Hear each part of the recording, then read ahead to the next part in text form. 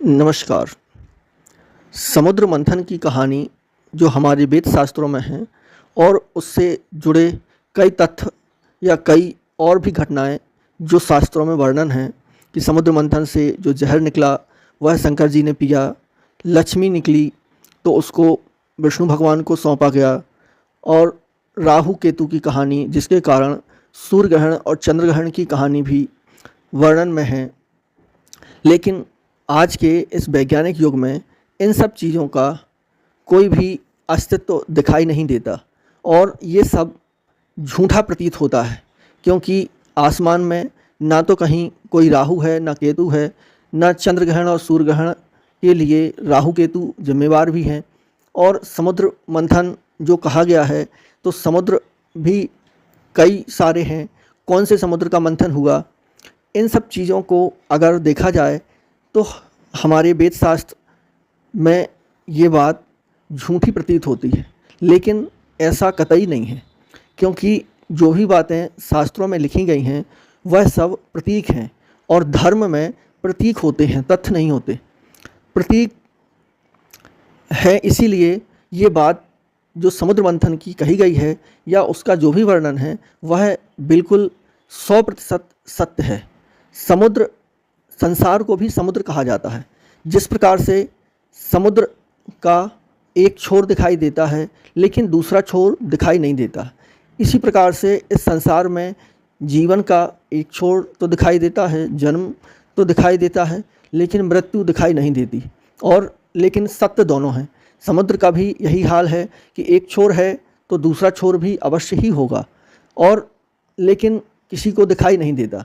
इसी प्रकार से जीवन में भी जन्म सबको दिखाई देता है कि जन्म हुआ है, लेकिन जन्म है तो मृत्यु भी निश्चित है, लेकिन मृत्यु दिखाई नहीं देती कि कब और कैसे होना है। और दूसरा, समुद्र से संसार की जो तुलना की जाती है तो उसमें जिस प्रकार से समुद्र में लहरें उठती हैं, कभी लहरें ऊपर आसमान तक जाती हैं और कभी नीचे जाती हैं, तो इसी प्रकार से संसार में भी अनुकूलता की लहर कभी ऊंचाइयों को छूती है और कभी प्रतिकूलता की लहर नीचे जाती है। तो इसलिए भी संसार की से समुद्र की तुलना की गई है। और तीसरा कारण है कि समुद्र का पानी दूर से देखने में बड़ा ही स्वच्छ और निर्मल दिखाई देता है, बहुत ही आकर्षक दिखाई देता है, लेकिन पास में जाके देखो और पीने पर वह बिल्कुल ही खारा और बेस्वाद है। इसी प्रकार से संसार की चीज़ें भी दूर से तो बड़ी आकर्षक दिखाई देती हैं, जितनी भी भौतिक पदार्थ या वस्तुएं हैं वह बाहर से बड़े ही आकर्षक प्रतीत होते हैं, लेकिन पास में जाने पर सभी निस्सार हैं, किसी भी चीज़ में कोई भी सार नहीं है। इसलिए संसार की तुलना सागर से की जाती है और जो समुद्र मंथन की बात है वह इसी संसार सागर के मंथन की बात है। और इसमें जो कहानी दिखाई गई है कि समुद्र मंथन हुआ तो उसमें मंदराचल पर्वत को मथानी बनाया गया। मंदराचल मन का प्रतीक है, इसीलिए उसका नाम मन से जुड़ा हुआ है, मंदराचल। और कहा गया है कि उसको आधार देने के लिए विष्णु भगवान ने कछुए का रूप धारण किया। तो कछुए में 4 पैर और सिर, ये 5 चीज़ें जो हैं वह 5 इंद्रियों का प्रतीक हैं। तो संसार सागर का जो मंथन है वह इन्हीं 5 इंद्रियों के आधार पर ही होता है। इस संसार सागर में ही सारे प्रकार के रत्न भरे पड़े हैं, जो कि वर्णन किया गया है कि समुद्र मंथन से 14 रत्न निकले। जो रत्न हैं वह समुद्र में ना होकर इसी संसार में हैं, और वह रत्न उन्हीं को प्राप्त होते हैं जो विचार सागर मंथन करते हैं। और मंथन जो है वह इन 5 जो मूल गुण हैं, मनुष्य की प्रवृत्तियां हैं या प्राणी मात्र की प्रवृत्तियां हैं, उन्हीं के आधार पर ये मंथन होना है, इंद्रियों को आधार बनाकर, जिनको विकार कहा जाता है। 5 विकार, काम, क्रोध, लोभ, मोह, अहंकार। तो पांचों ही मूल गुण हैं जो संसार के हर प्राणी के अंदर विद्यमान हैं। इच्छाएं हर व्यक्ति के अंदर बचपन से और अंत तक रहती हैं। क्रोध हर व्यक्ति के अंदर विद्यमान है, हर जीव के अंदर होता है। मोह भी हर प्राणी में थोड़ा बहुत सभी में होता है। लोभ भी हर व्यक्ति के अंदर होता है और अहंकार भी सभी के अंदर होता है। तो ये जो पांच गुण हैं, इन्हीं को विकार भी कहा जाता है। तो जो समुद्र मंथन के लिए वासुकी नाग का प्रयोग किया गया था रस्सी के रूप में, तो वो 5 फन वाले जो नाग हैं वह 5 विकारों के प्रतीक हैं। और विकार तो संसार में मौजूद ही हैं, लेकिन जो व्यक्ति इन विकारों की तरफ मोह किए हैं या विकारों की तरफ जिनका प्रयास है वो असुर हैं, और जो विकारों से विपरीत दिशा में अर्थात सांप की पूंछ की तरफ दिखाए गए हैं वह देवता हैं। और विकार तो सभी के अंदर हैं, लेकिन जो वास्तविक विकार हैं और जो बाहर की तरफ गति कर रहे हैं वह असुर हैं। जैसे काम, यदि कामना भौतिक पदार्थों की, बाह्य वस्तुओं की है तो वह असुर प्रवृत्ति है, और यदि कामना देवत्व की, अच्छे गुणों की और परमात्मा को प्राप्त करने की है तो वह देवत्व है। क्रोध यदि दूसरे के ऊपर किया जाए तो वह असुर प्रवृत्ति है, और यदि अपने अंदर के विकारों, बुराइयों को खत्म करने के लिए किया जाए तो वह देव प्रवृत्ति है। इसी प्रकार लोभ, यदि बाह्य वस्तुओं का हम लोभ करते हैं कि और मिलने की इच्छा, तो वह असुर प्रवृत्ति है। और गुणों का, अच्छे संस्कारों का लोभ करते हैं तो वह देव प्रवृत्ति है। इसी प्रकार मोह का अर्थ होता है कि कोई चीज़ जो हमारे पास है वह छूट ना जाए। तो यदि भौतिक वस्तुओं का, सांसारिक चीज़ों का हम मोह करते हैं तो वह असुर प्रवृत्ति है, क्योंकि वह एक दिन छूटना ही है। और इसके विपरीत यदि अच्छे गुणों और संस्कारों का हम मोह करते हैं तो वह देव प्रवृत्ति है, क्योंकि ये गुण आत्मा के साथ जाते हैं। तो जो भी अच्छे गुणों, संस्कारों का मोह करता है वह देव प्रवृत्ति है। और अहंकार, जो कि बाह्य वस्तुओं का, पद, प्रतिष्ठा, धन, वैभव का जो अहंकार है वह असुर प्रवृत्ति है। वह क्योंकि उससे दूसरों को दुख ही प्राप्त होता है। और इसके विपरीत यदि हम स्वमान या स्वाभिमान रखते हैं, स्वयं का अभिमान है, स्वयं का के प्रति आत्मा का अहंकार है, आत्मिक अहंकार में रहते हैं कि हम परमात्मा की संतान हैं, तो वह देव प्रवृत्ति है। तो इसीलिए जो मंदराचल पर्वत में रस्सी के लिए जो उपयोग किया गया समुद्र मंथन में, उसको सांप का उपयोग किया गया, और राक्षस सांप के फन की तरफ दिखाए गए हैं और देवता पूंछ की तरफ दिखाए गए हैं। तो यह इसी बात का प्रतीक है कि जो विकारों की तरफ मुंह किए हैं वह राक्षस हैं, और जो विकारों से विपरीत हैं वह देवता हैं। फिर तो यह सारे रत्न उपलब्ध होंगे। और जैसा कि दिखाया गया है कि सबसे पहले विष निकला, तो वास्तव में विष ही सबसे आसानी से मिलता है। विष का मतलब है विकार, व्यसन, बुराइयाँ, जो कि बहुत आसानी से मिल जाती हैं। अगर किसी को नशे की आदत डालनी है तो वह बहुत जल्दी आदत पड़ जाती है, लेकिन अगर छूटना हो तो वह बड़ी कठिनाई से मिलता है।